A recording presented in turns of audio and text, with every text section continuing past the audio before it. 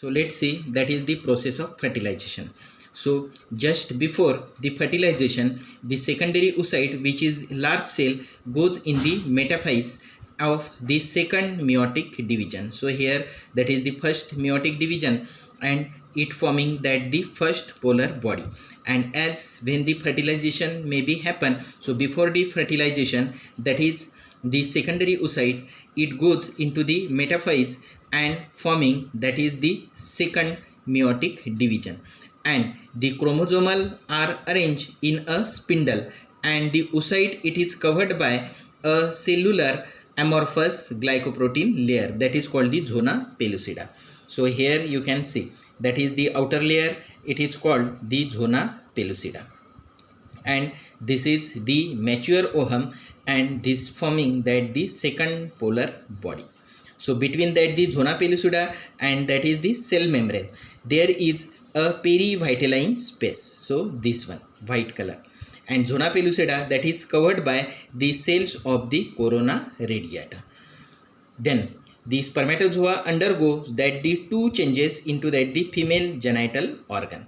That is first, that is the capacitation and the acrosomal reaction. So when that is the spermatozoa, they should be deposited into that the vagina, they are unable to fertilize that the ovum. So here that the ovum in that time that should be present into that the fallopian tube. So that is when the spermatozoa, it goes some changes, and because of it is able to fertilize that the ovum, so this process it is called the capacitation.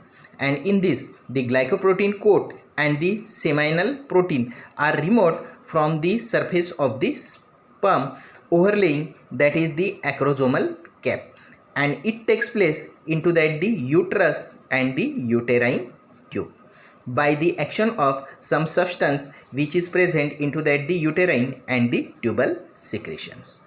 Then the let's see that is the acrosomal reaction. That is the acrosomal reaction. So you know that is the capacitated sperm when it goes in contact with that the zona pellucida layer. So that is the zona pellucida, which is the outer covering and which is covered by the corona radiata. So whenever capacitated sperm is goes in contact with that is the corona radiata and the zona pellucida, the cell surrounds that the secondary oocyte undergoes some acrosomal reactions. And because of this, the development of the multiple points in contact between that is the cell membrane and the acrosomal cap. So in this way, that is the contact that should be occur, that is the corona radiata cell and the zona pellucida. So that is the multiple perforation that should be occur. The fused membrane at the point in contact with that the corona radiata and the zona pellucida, it break down, and there appear a multiple perforation in the acrosomal cap, and this allows to release of the enzyme that is the hyaluronidase and the acrosin form the acrosomal cap. So from the acrosomal cap, that is the two enzymes are secretes or released, that is the hyaluronidase and the acrosin. Then that is the dispersion of, so here in this diagram you can see the dispersion of the cells of the corona radiata. So that is the cells of the corona radiata. So as the sperm approaches, its cells are dispersed, that is the cells of the corona radiata, they are dispersed because of the enzyme that is the hyaluronidase in the acrosomal cap. So this one, so here you can see that is the corona radiata. The enzymes from the tubal secretion and active movement of the tail of the sperm, it also helps to dispersion of that the corona radiata, and the sperm reaches to that the zona pellucida. So here you can see that reaches to that the zona pellucida. Then the penetration of that the zona pellucida. Then certain enzyme that is the acrosin and the neurotransmitter which releases from that is the acrosomal cap of the spermatozoa, and the enzyme causes the lysing of that the zona pellucida and forms a pathway to enter of the sperm created into the zona pellucida, and the secondary oocyte which is releases some enzyme which causes the permeability of the zona pellucida and permit the entry of the sperm. Then that is the fusion of the cell membrane of the oocyte and the sperm.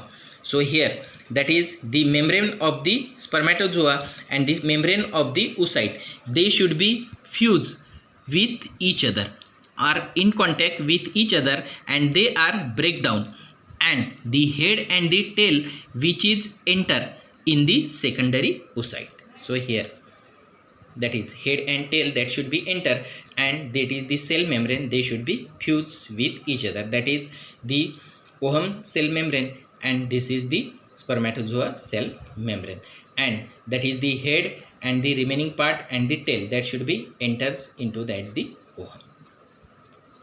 So here in this diagram, that is you can see that is these stages in the maturation of the ovum. So in the first diagram you can see that is the secondary oocyte, before that the ovulation, and the second meiotic division has not yet begins. First polar body that should be seen into that the pre-vitelline space. Then into that the second diagram, here you can see the secondary oocyte at the ovulation, the spindle of the second meiotic division that should be seen, and the first polar body is dividing into that the two. Then into that the third diagram, that is the secondary oocyte at the fertilization, that is whenever the spermatozoa that should be enter in the oocyte, the second meiotic division it is completed, and it should be found or form that is the second polar body. So here you can see that is the first polar body that should be divided into that the two part, and here that is the second polar body. Then the pronucleus, here that is the female pronucleus is present, and here that is the male pronucleus that should be formed. Then after the fertilization, that is the formation of the whenever the spermatozoa that should be enters into that the secondary oocyte, that is the formation of the male and the female pronucleus is formed. So here that is the female pronucleus and that is the male pronucleus.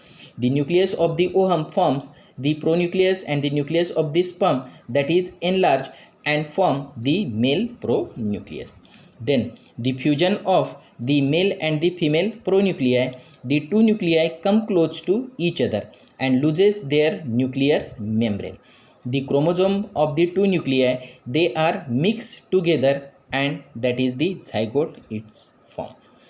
And after then immediately the first mitotic division it is formed. Here in this diagram, that is the male pronucleus which consists of the 23 chromosome, and that is the female pronucleus that consists of the 23 chromosome. So as they should be fused with each other, so it should be suddenly formed and reduplicate immediately, that is the mitotic division, and it should be forming that is the two cell which consist of the 23 means that is the 46 chromosome 23 pair, and second cell that consists of the 23 pairs. So in this way that should be forming that the zygote. So on the nucleus of both female and the male gonads fuse, and remaining parts of the secondary oocyte, and that is the remaining part, that is the body and the tail of the male, they are degenerated, and cleavage of the cell starts and the diploid cells are formed. So here in this diagram you can see that is the different stages of the cleavage. So from these the two cells are formed, and then that is the multiple cells are formed to forming that the cleavage. In vitro fertilization, that is called the IVF.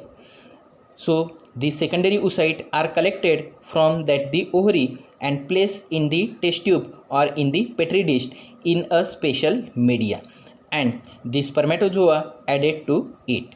The fertilization occurs in the test tube, and fertilized ovum or the zygote, it is then placed into that the uterine cavity, where it is implanted and grows full term, that is called the test tube baby.